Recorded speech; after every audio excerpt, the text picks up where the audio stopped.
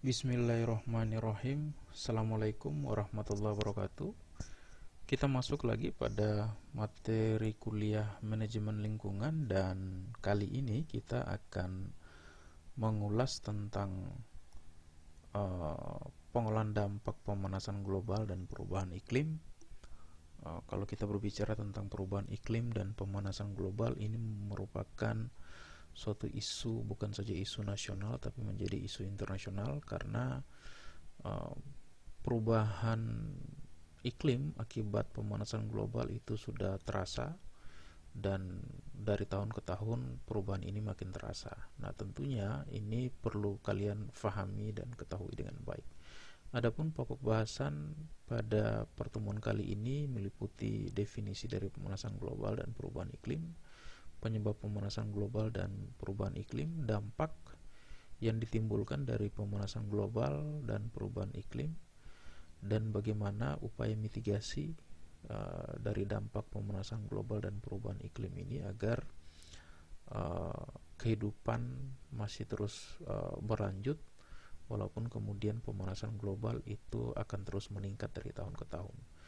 Nah, kalau kita berbicara tentang pemanasan global, definisinya adalah suatu bentuk ketidakseimbangan ekosistem di bumi akibat terjadinya proses peningkatan suhu rata-rata atmosfer, laut, dan daratan. Nah, global warming terjadi akibat peningkatan emisi gas rumah kaca seperti karbon dioksida, metana, nitrogen oksida, klorofluorokarbon maupun gas-gas lainnya, tapi lebih didominasi oleh karbon dioksida yang secara berlebihan di atmosfer. Nah, sehingga cahaya matahari yang dipantulkan bumi sebagai radiasi inframerah gelombang panjang dan sinar ultraviolet yang semestinya akan diteruskan ke luar angkasa, namun sebagian besar dipantulkan kembali ke bumi oleh gas rumah kaca yang sudah terbentuk di lapisan atmosfer, yang merupakan emisi berupa karbon dioksida, metana, nitrogen yang pada dasarnya itu merupakan sisa-sisa dari aktivitas-aktivitas manusia yang ada di muka bumi. Nah, secara detail seperti yang ada pada gambar, matahari sebagai gelombang panas dia akan diserap oleh bumi, dan sebagian lagi 30%-nya itu akan dipantulkan kembali ke atmosfer atau keluar angkasa melalui atmosfer. Namun karena adanya gas rumah kaca yang semakin banyak terkonsentrasi di atmosfer, maka gas rumah kaca itu semacam tameng untuk kemudian memantulkan cahaya atau sinar ultraviolet dan inframerah yang seharusnya keluar ke luar angkasa namun dipantulkan kembali ke muka bumi. Nah, oleh sebab itulah maka menyebabkan muka bumi semakin panas dari tahun ke tahun. Di antara dampaknya adalah kawasan kutub, es di kawasan kutub utara dan selatan semakin mencair sehingga terjadi peningkatan paras laut, tenggelamnya kawasan pesisir, maupun terjadi perubahan iklim akibat dari pemanasan global yang disebabkan oleh efek gas rumah kaca. Nah, ini adalah perubahan iklim bumi. Kalau kita lihat bahwa ada tren pemanasan global yang dari tahun ke tahun semakin meningkat. Kemudian komponen iklim di bumi itu meliputi energi matahari, di mana sinar matahari yang masuk ke atmosfer dengan panas mencapai 3 bola lampu 100 watt per meter persegi. Sekitar 30% sinar matahari ini dipantulkan ke luar angkasa, namun sebagian besar lagi dipantulkan kembali oleh gas rumah kaca. Ada atmosfer yang terutama mengandung nitrogen oksida dan sejumlah gas kecil yang terdapat selimut gas rumah kaca yang berpengaruh pada pemanasan global. Jadi gas rumah kaca ini penting karena kalau tidak ada gas rumah kaca maka bumi kita terlalu dingin untuk ditempati. Namun karena konsentrasi gas rumah kaca sudah terlalu banyak menyebabkan bumi semakin panas karena sinar matahari, sinar inframerah yang seharusnya dilepas ke luar angkasa namun terpantulkan kembali oleh gas rumah kaca. Kemudian adanya es dan salju yang semakin berkurang akibat mencairnya es di kawasan kutub akibat pemanasan global, dan kemudian permukaan bumi kita sudah dari tahun ke tahun paras laut semakin meningkat akibat mencairnya es di kawasan kutub.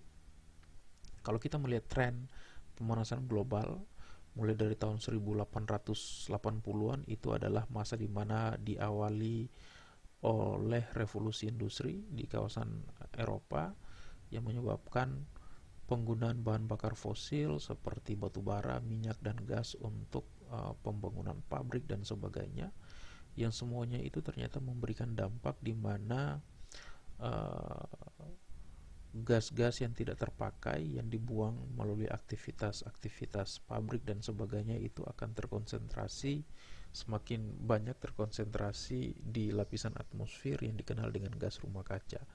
Jadi semakin banyak gas rumah kaca yang ada di lapisan atmosfer, maka kemampuan dia untuk memantulkan kembali sinar inframerah yang seharusnya dipantulkan dari bumi ke luar angkasa namun dipantulkan kembali ke bumi, menyebabkan suhu bumi rata-rata dari tahun ke tahun terus mengalami peningkatan seperti tren pemanasan global yang tampak pada gambar. Nah, ini tentunya dari tahun ke tahun selalu diprediksikan akan terjadi peningkatan suhu, walaupun peningkatannya sangat lambat, tapi namun dengan pasti terus terjadi peningkatan, tidak pernah terjadi penurunan. Begitu juga konsekuensinya adalah peningkatan paras laut karena mencarinya es di kawasan kutub. Jadi peningkatan paras laut itu dari tahun ke tahun juga semakin meningkat, tidak mengalami penurunan. Ini adalah efek dari pemanasan global akibat konsentrasi gas rumah kaca yang begitu tinggi di lapisan atmosfer. Nah, kegiatan gas rumah kaca, sumber-sumber gas rumah kaca itu seperti kegiatan industri, kegiatan kendaraan bermotor, cerobong asap, ini kan membuang gas-gas yang sudah tidak termanfaatkan namun akan terkonsentrasi di lapisan atmosfer, dan gas-gas inilah yang kemudian masih tetap berada di lapisan atmosfer. Bahkan kalau kita benar-benar ingin menghentikan aktivitas penggunaan bahan bakar fosil pun tetap pemanasan global akan tetap terjadi karena konsentrasi gas rumah kaca sudah terlalu banyak di lapisan atmosfer.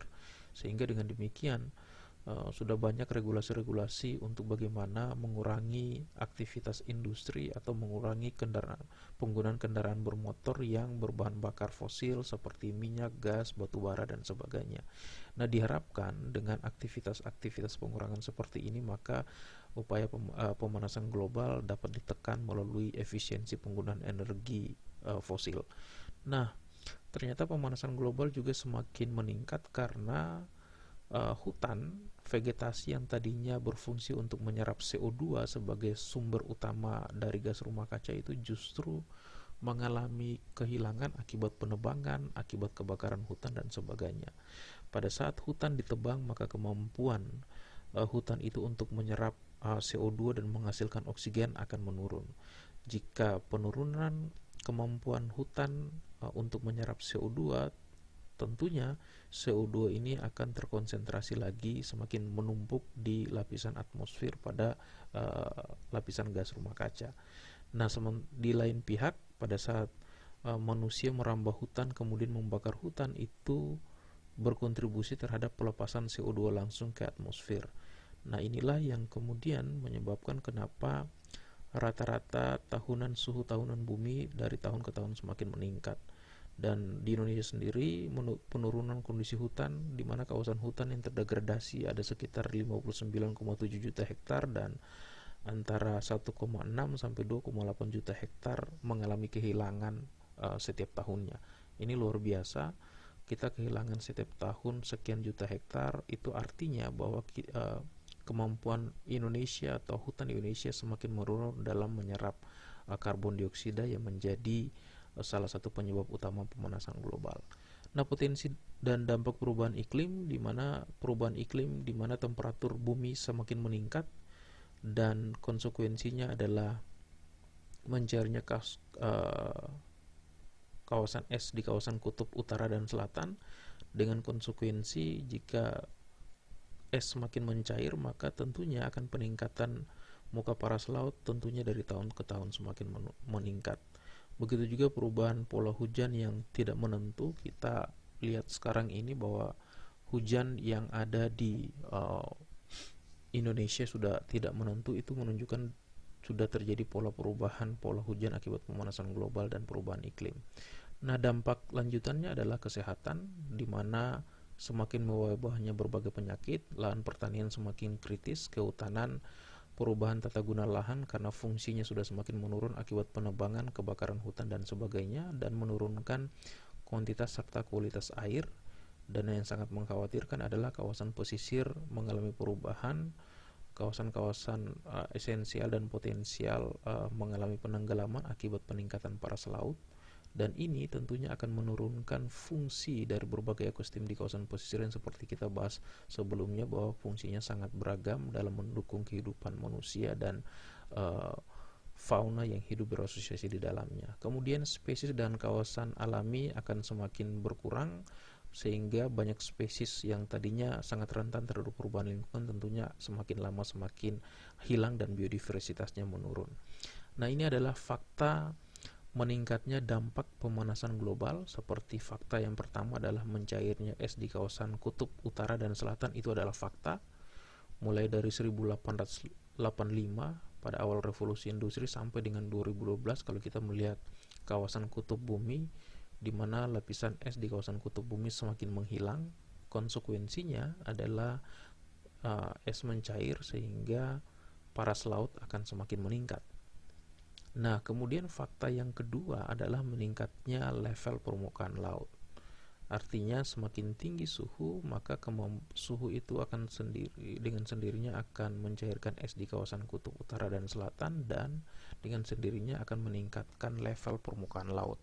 Jadi suhu meningkat, level permukaan laut terus meningkat, dan keterancaman kawasan-kawasan pesisir dan pulau-pulau kecil di Indonesia akan tenggelam, sehingga fungsi-fungsinya dalam mendukung fungsi sosial ekonomi masyarakat tentunya akan menurun. Ini adalah data lama, di mana beberapa kawasan seperti Cilacap, Belawan, Jakarta itu mengalami peningkatan paras laut mulai dari 1,30 cm sampai dengan 9 cm. Ini menurut data pengukuran dari berbagai sumber. Ini menunjukkan bahwa setiap tahun kawasan-kawasan ini mengalami peningkatan paras laut. Sebenarnya bukan saja di kawasan-kawasan yang seperti ada pada tabel, di seluruh Indonesia itu juga sudah terindikasi terjadi peningkatan paras laut, sehingga menyebabkan kawasan-kawasan esensial dan potensial yang berada dekat dengan laut, yaitu di kawasan pesisir, di mana kita tahu bersama bahwa kawasan pesisir itu merupakan kawasan yang sangat strategis, dan sumber pembangunan yang ada di Indonesia itu umumnya terkonsentrasi di kawasan pesisir. Namun dengan data seperti ini, bahwa setiap tahun itu terjadi peningkatan paras laut, ada yang tinggi maupun ada yang rendah, tapi tentunya pasti paras laut akan semakin meningkat, menyebabkan kawasan-kawasan yang tadinya merupakan kawasan-kawasan pendukung sosial ekonomi masyarakat tentunya akan mengalami penurunan fungsi, dan jika terjadi penurunan fungsi maka tentunya akan berdampak terakhir pada kehidupan manusia maupun hewan-hewan lainnya yang hidup di kawasan tersebut. Ini kita lihat data dampak pemanasan global dari tahun 2003. Kita lihat di mana permukaan air akan terus masuk menerobos pada ibu kota Jakarta, yang menyebabkan ini mungkin menjadi alasan kenapa Jokowi meminta ibu kota negara pindah, karena memang sangat terancam dengan adanya peningkatan paras laut akibat pemanasan global. Kita lihat sampai dengan 2050 itu sebenarnya kawasan istana sudah terendam, itu berdasarkan simulasi yang ada. Ini dampaknya memang sangat luar biasa, dan tentunya ini akan memberikan dampak yang signifikan yang tidak bagus. Nah, ini adalah contoh di mana salah satu masjid di kawasan Jakarta Utara mengalami terendam, yang dulunya tahun 90-an itu masih terendam di mata kaki, pada tahun 2020 itu sudah sampai 1,5 meter, sehingga masjid itu sudah menjadi saksi bisu betapa ganasnya dampak perubahan iklim dan dampak pemanasan global yang menyebabkan peningkatan paras laut. Kita lihat sebagian besar wilayah Jakarta Utara itu sudah dibangun tembok penghalang untuk menghindari banjir rob akibat masuknya air akibat pasang air laut. Nah, ini tentunya menjadi fakta yang tidak bisa kita sanksikan, dan benar-benar harus kita melakukan mitigasi. Apalagi pulau-pulau kecil di Indonesia itu sangat luar biasa banyak. Indonesia dikenal sebagai kawasan uh,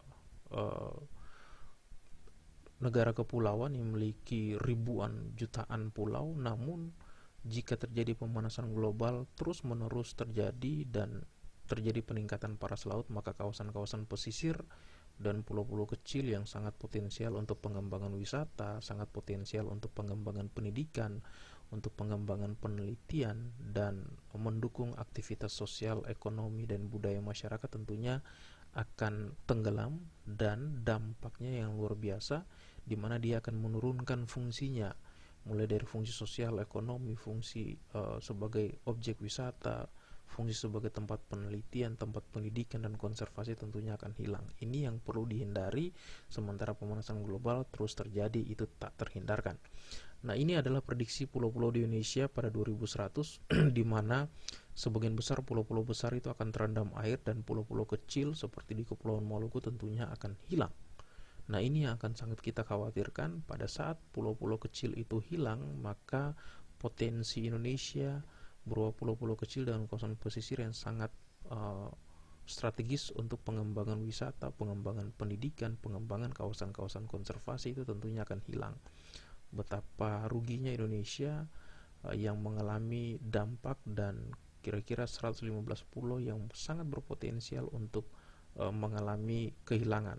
Berarti Indonesia ke depan 2100 itu diprediksikan akan hilang 115 pulau dan bisa jadi lebih dari ini karena banyak sekali pulau-pulau kecil yang sangat rentan terhadap peningkatan paras laut seperti yang terjadi di Teluk Jakarta.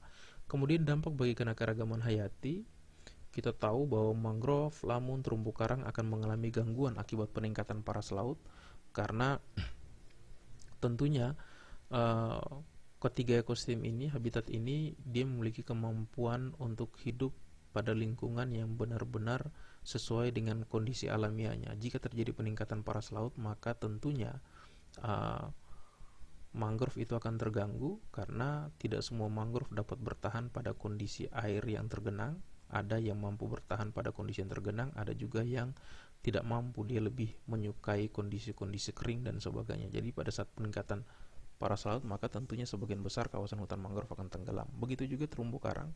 Terumbu karang dia membutuhkan cahaya matahari, begitu juga lamun membutuhkan cahaya matahari, sehingga jika terjadi peningkatan paras laut, maka intensitas cahaya matahari akan semakin berkurang. Penurunan kuantitas dan kualitas fitoplankton juga sudah diamati, dan ini sangat berbahaya karena fitoplankton memegang peranan penting sebagai produsen primer dan penyerap CO2 dari lautan. Kemudian perubahan area ikan global di mana ke depan ikan-ikan akan mengarah ke kawasan kutub, di mana kawasan kutub ke depan akan menghangat dan kawasan tropis akan semakin memanas, dan juga penurunan kalsifikasi dari terumbu karang maupun hewan-hewan pembentuk cangkang.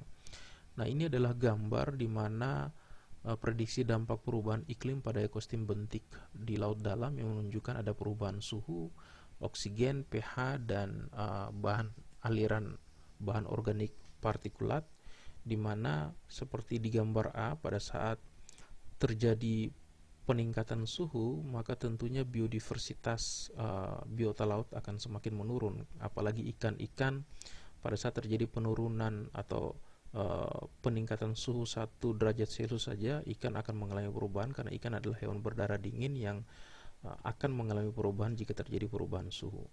Nah, begitu juga akan menyebabkan ukuran tubuh semakin mengecil karena metabolismenya akan terganggu jika terjadi peningkatan suhu terus-menerus. Uh, Sementara oksigen terlarut akan semakin berkurang. Pada saat oksigen terlarut berkurang, maka peningkatan suhu semakin meningkat, maka laju metabolisme akan meningkat. Dengan sendirinya maka biomasa akan semakin menurun dan akan mempengaruhi biodiversitas dan kelimpahan biota laut yang sangat-sangat terbatas dalam hal pemanfaatan oksigen terlarut yang akan terbatas. Begitu juga pada saat terjadi penurunan penurunan pH, maka dengan sendirinya akan menurunkan kemampuan terumbu karang untuk membentuk kerangka kapur CaCO3. Begitu juga cangkang dari hewan-hewan moluska, krustasea dan sebagainya akan mengalami hambatan dengan terjadinya penurunan suhu. Begitu juga dengan aliran organik partikulat akan menurunkan biodiversitas hewan dan sebagainya. Inilah adalah dampak-dampak yang diprediksikan akan mengganggu terjadi ketidakseimbangan lingkungan pada lingkungan laut. Nah, ini adalah contoh gambar diagram konseptual respon multi level dari sistem alam laut dan manusia terhadap perubahan iklim, di mana mulai dari organisme, pada saat organisme mengalami perubahan ukuran tubuh, maka tentunya dia akan mempengaruhi produktivitasnya dan juga akan mempengaruhi komunitas secara umum. Pada saat komunitas terganggu, maka tentunya akan mempengaruhi transfer energi melalui mekanisme rantai makanan. Biodiversitas akan menurun dan kemudian akan berdampak kepada sosial ekonomi masyarakat, di mana masyarakat yang sangat bergantung kepada usaha perikanan tangkap maupun budidaya akan semakin sulit untuk mendapatkan sumber daya hayati yang maksimal untuk pemenuhan kebutuhan mereka atau untuk mendapatkan biota laut untuk diperdagangkan. Nah, jadi betapa aktivitas implikasi dari perubahan iklim dari hal fisik, dia akan mempengaruhi aspek biologi, dan dari aspek biologi itu akan mempengaruhi aspek sosial dan ekonomi. Betapa besarnya multiplier effect dari adanya perubahan iklim misalkan terhadap populasi ikan. Dari ukuran tubuh menurun, populasi menurun, sehingga mempengaruhi struktur komunitas, dan dari struktur komunitas itu akan mempengaruhi ketidakseimbangan dalam pemanfaatan makanan. Trophic level akan terganggu yang pada akhirnya biodiversitas menurun, dan dengan penurunan biodiversitas sekali lagi akan mempengaruhi penurunan pendapatan masyarakat yang bergantung kepada sumber daya perikanan. Ini adalah contoh di mana implikasi besar terhadap perubahan iklim, dari perubahan iklim terhadap perubahan populasi ikan, dan kemudian mempengaruhi aspek sosial ekonomi masyarakat yang sangat tergantung kepada sumber daya perikanan di laut. Nah, mitigasi dampak pemanasan global dan perubahan iklim dapat berupa penggunaan energi alternatif pengganti bahan bakar fosil.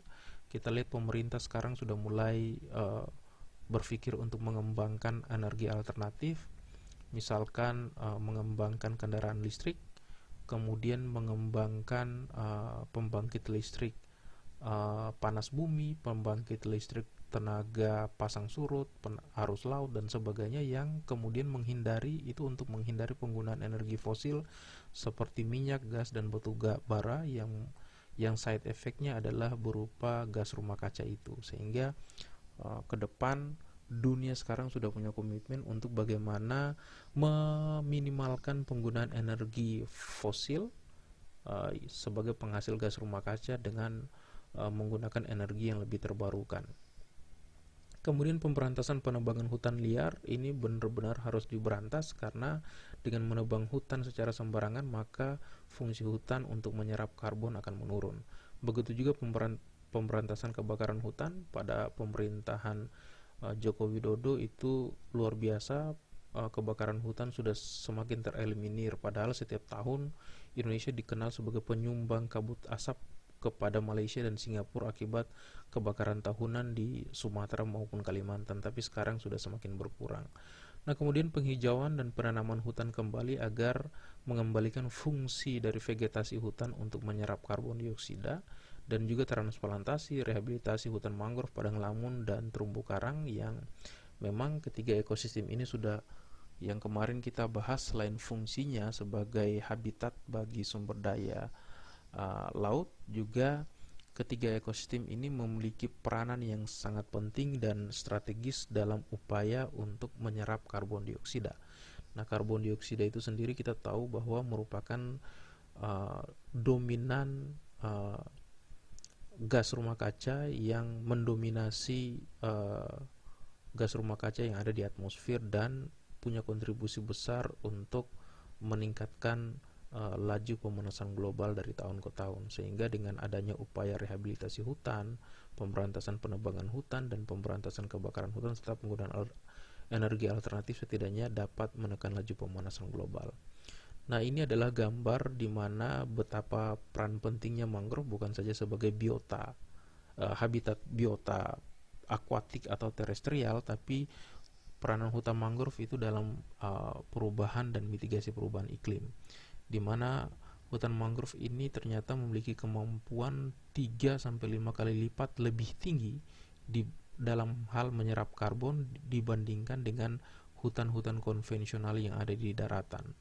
Nah, ada 2,9 juta hektar hutan mangrove kita, dan hutan mangrove yang ada di Jawa setelah dilakukan identifikasi dan riset mendalam ternyata dia mampu menyimpan 500 ton karbon per hektar. Sementara di kawasan-kawasan yang jarang penduduk seperti di Papua, potensi hutan mangrove itu mampu menyimpan 1.500 ton per hektar. Bayangkan 1.500 ton karbon. Artinya dengan keberadaan hutan mangrove, maka kemampuan dia untuk menyerap dan menyimpan karbon itu sangat besar. Berarti kalau dia tidak ada, maka karbon itu akan terbebas ke atmosfer dan kemudian membentuk gas rumah kaca yang akan menghalangi sinar matahari yang harus dipantulkan keluar oleh bumi ke luar angkasa, namun kemudian dipantulkan kembali. Betapa besarnya peranan hutan mangrove, bukan saja fungsi yang sudah kita bahas minggu lalu sebagai habitat ideal, sebagai pencegah abrasi dan pencegah intrusi air laut dan sebagainya, penghasil bahan bakar dan sebagainya, tapi juga fungsinya adalah yang paling penting adalah mampu menyimpan karbon sehingga turut serta dalam upaya menekan laju pemanasan global. Itu adalah salah satu fungsi dari hutan mangrove. Nah, Lamun juga seperti itu. Lamun bukan saja sebagai tempat biota, Lamun juga bukan saja sebagai tempat riset, pendidikan dan pariwisata, namun juga fungsi utamanya juga adalah sebagai penyerap CO2 dan penghasil oksigen. Nah, Lamun ini juga sendiri punya kemampuan dalam menyerap CO2 sampai 1,9 sampai 5,8 megaton karbon per tahun. Itu luar biasa. Potensi Lamun di Indonesia itu sangat luas karena rata-rata kawasan pesisir dan pulau-pulau kecil itu ditumbuhi lamun dan tersebar membentuk padang yang luas. Nah, semakin besar luasan padang lamun, tentunya semakin besar pula kontribusinya dalam upaya menyerap karbon. Nah, dengan dia menyimpan dan menyerap karbon, tentunya menyebabkan karbon itu tidak terbebas di atmosfer yang kemudian semakin membentuk gas rumah kaca yang semakin tebal, semakin besar konsentrasinya, yang akan semakin memiliki peranan dalam pemanasan global. Nah, itulah pentingnya ekosistem padang lamun dan mangrove. Kalau ekosistem padang lamun jangan hanya dilihat dari fungsinya sebagai makanan bagi biota dan habitat biota untuk terdistribusi, pemijahan, pembesaran dan sebagainya, tapi kita juga bisa melihat dari fungsi utamanya, yaitu dalam membantu menyerap karbon. Semakin banyak, semakin luas lamun yang ada, terhindar dari aktivitas masyarakat, maka semakin besar juga peluang habitat lamun ini sebagai penyerap karbon sehingga dapat terhindar dari pemanasan global. Nah, selain mangrove, kemudian padang lamun, terumbu karang juga sangat penting. Kenapa terumbu karang mampu menyerap karbon? Karena terumbu karang itu pada hewan karang atau polip karang itu hidup di dalamnya berjuta-juta alga zooxanthella yang akan melakukan proses fotosintesis. Pada saat alga zooxanthella melakukan proses fotosintesis, dia sangat membutuhkan karbon dioksida. Nah, karbon dioksida ini dibutuhkan untuk yang akhirnya membentuk hasil fotosintesis berupa tumpukan kapur CaCO3. Jadi kerangka karang yang terbentuk itu akibat dari aktivitas fotosintesis yang berulang-ulang sehingga membentuk kerangka kapur, yang kemudian kerangka kapur itu membentuk terumbu yang bisa menjadi habitat bagi beragam jenis ikan, moluska, krustasea, bivalvia, dan sebagainya. Selain itu, karena fungsinya menyerap CO2 untuk membentuk rangka kapur itulah, maka uh, terumbu karang ini memiliki peran yang penting dalam upaya untuk menyerap dan menyimpan karbon. Nah, sehingga jika terumbu karang itu tetap terpelihara dengan baik, maka tentunya fungsi utamanya sebagai penyerap karbon dan turut menekan laju pemanasan global juga akan tetap berfungsi. Selain fungsi yang lain, yaitu sebagai kawasan pendidikan, sebagai kawasan penelitian, sebagai kawasan pengembangan wisata, sebagai kawasan potensial untuk perikanan bagi masyarakat, maupun sebagai kawasan-kawasan pengembangan kawasan konservasi dan sebagainya. Jadi betapa pentingnya 3 habitat di kawasan pesisir. Selain yang kita bahas fungsinya pada pertemuan kemarin, hari ini kita fokus pada fungsi utamanya, yaitu dalam upaya menekan laju pemanasan global. Nah, kawasan yang untuk mitigasi yang juga paling penting adalah bagaimana pengembangan kawasan konservasi laut sebagai upaya mitigasi atau mengurangi risiko bencana dari dampak pemanasan global yang tidak mungkin kita hindari. Jadi pemanasan global itu tetap terjadi, sehingga bagaimana kita memiliki strategi untuk mengurangi dengan melakukan upaya mitigasi bencana. Karena melindungi habitat di kawasan pesisir berupa mangrove, terumbu karang, dan lamun, maka kita juga akan membiarkan ekosistem ini untuk menyimpan dan menyerap karbon.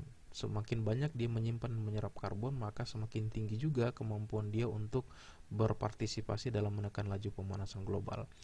Kemudian dengan pembentukan kawasan konservasi, maka mencegah pelepasan karbon dari sedimen yang akibat dari aktivitas alat-alat tangkap yang dimodifikasi oleh masyarakat. Kemudian dengan pengurangan tekanan antropogenik, mendukung pemulihan ekosistem dan mencegah kehilangan keanekaragaman hayati dan meningkatkan mata pencarian masyarakat nelayan. Kemudian meningkatkan kemampuan ekosistem untuk bagaimana mendukung kehidupan biota laut yang kemudian menjadi sumber mata pencarian dari nelayan. Kemudian dengan melindungi predator puncak seperti hiu akan memberikan peningkatan stabilitas habitat pesisir dan penyangga ketidakstabilan akibat perubahan iklim. Kemudian menyediakan daerah perlindungan yang baik bagi populasi ikan yang bermigrasi akibat perubahan iklim. Kemudian populasi yang besar dengan hasil reproduksi yang besar juga pada kawasan konservasi laut akan terlindungi dengan baik, dan kelimpahan ikan di kawasan konservasi juga dapat meningkat dengan menyerap CO2 dan penyangga asidifikasi dekat permukaan melalui ekskresi karbonat pada ususnya, dan mendukung keragaman genetik untuk mampu beradaptasi terhadap perubahan iklim. Jadi kawasan-kawasan esensial seperti ekosistem hutan mangrove, lamun maupun terumbu karang, dia hanya bisa dilindungi dengan baik, bisa mengoptimalkan fungsinya jika dia dilindungi. Dan salah satu strategi untuk melindungi kawasan-kawasan esensial dan potensial seperti 3 ekosistem itu adalah melalui pengembangan kawasan konservasi.